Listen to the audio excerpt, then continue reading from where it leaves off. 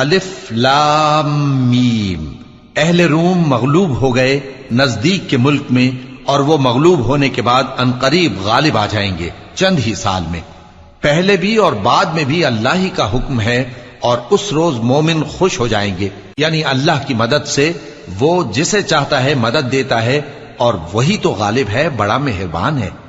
یہ اللہ کا وعدہ ہے، اللہ اپنے وعدے کے خلاف نہیں کرتا، لیکن اکثر لوگ نہیں جانتے۔ یہ لوگ دنیا کی ظاہری زندگی کو جانتے ہیں اور آخرت کی طرف سے غافل ہیں۔ کیا انہوں نے اپنے دل میں غور نہیں کیا کہ اللہ نے آسمانوں اور زمین کو اور جو کچھ ان دونوں کے درمیان ہے ان کو حکمت سے اور ایک وقت مقرر تک کے لیے پیدا کیا ہے، اور بہت سے لوگ اپنے پروردگار سے ملنے کے منکر ہیں۔ کیا ان لوگوں نے ملک میں سیر نہیں کی؟ سیر کرتے تو دیکھ لیتے کہ جو لوگ ان سے پہلے تھے ان کا انجام کیسا ہوا۔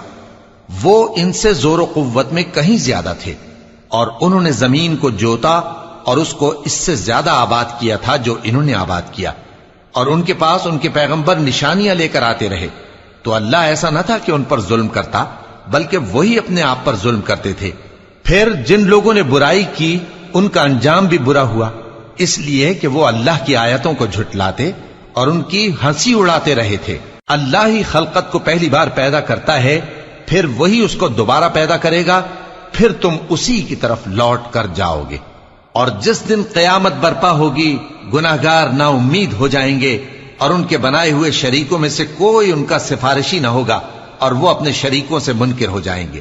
اور جس دن قیامت برپا ہوگی اس روز وہ الگ الگ فرقے ہو جائیں گے، تو جو لوگ ایمان لائے اور عمل نیک کرتے رہے وہ بہشت کے باغ میں خوشحال ہوں گے، اور جنہوں نے کفر کیا اور ہماری آیتوں اور آخرت کی پیشی کو جھٹلایا وہ عذاب میں گرفتار کر کے لائے جائیں گے۔ تو جس وقت شام ہو اور جس وقت صبح ہو اللہ کی تسبیح کرو، یعنی نماز پڑھو، اور آسمانوں اور زمین میں اسی کی تعریف ہے، اور تیسرے پہر بھی اور جب دوپہر ہو اس وقت بھی نماز پڑھا کرو۔